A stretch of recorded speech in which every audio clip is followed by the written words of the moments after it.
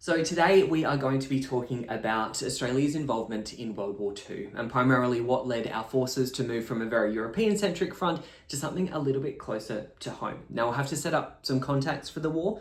There were obviously many precursor events to the World War II that really could be dated back to the end of World War One, but today we'll be particularly looking at kind of the state of pre-war Australia in the 1930s and what was going on in the global stage.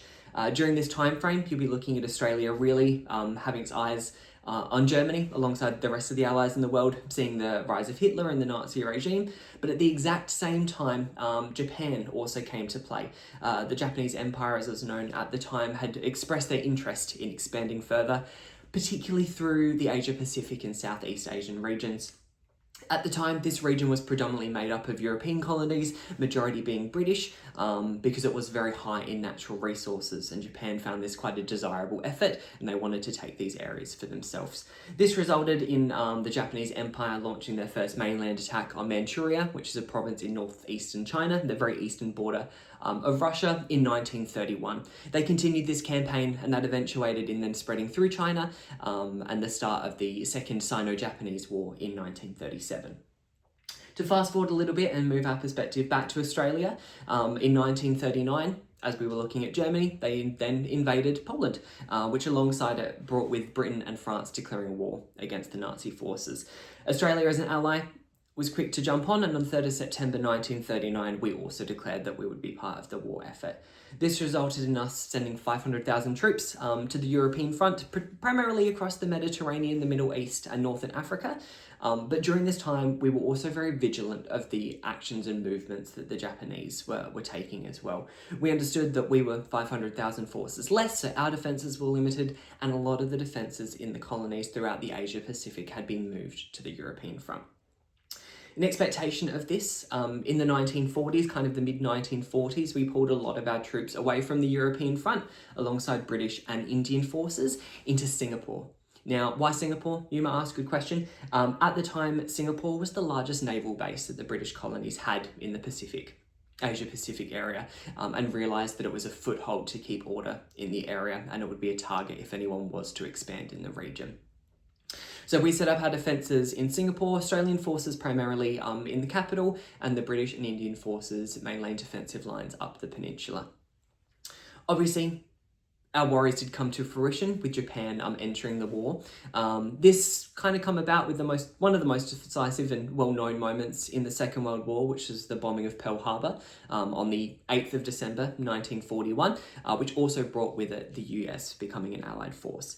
Almost simultaneously, however, we had Japanese forces land on the Malayan Peninsula, which is now mainland Malaysia. So synchronous, actually, there was only 40 minutes before the bombing of Pearl Harbor that they made mainland into the Malayan Peninsula. This was such a divisive moment as well, that on the same day, so the 8th of December 1941, the Prime Minister at the time, John Curtin, announced that we were officially at war with Japan. This was quite a big paradigm shift when it came to Australia's relationship with war. Up until this moment, so to date with the First World War and the first few years of the Second World War, the conflict was very much across the pond. We were fighting for our allied forces away from home. But with the threat coming up into Southeast Asia and the Asia Pacific, Australia, for the first time ever in modern warfare, was very much at risk of attack from external forces. So to look at that, so Japan landed on the Manchurian Peninsula in December of 1941. They met the defence of the British and Indian troops, but they were quite unorganised at the time, which is always an issue, but particularly an issue when we are looking at the Japanese forces, who at the time were extremely well-manned, well-trained, and particularly well-armed.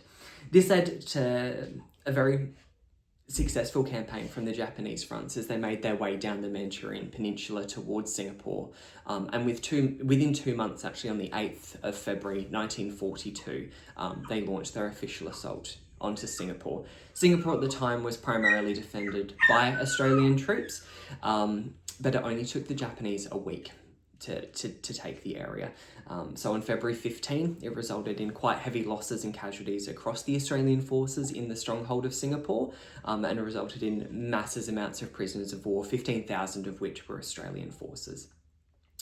This really instigated their expansion through Southeast Asia, and this would continue on for a majority of the war. And as they now had the naval capabilities closer to home, it would also then eventuate in attacks on Australia, and then particularly the bombing of Darwin, that we will look into a little bit more in further detail later on as Japan and Australian forces continue to fight it out in the Southeast Asian countries. Easy. Thank you so much.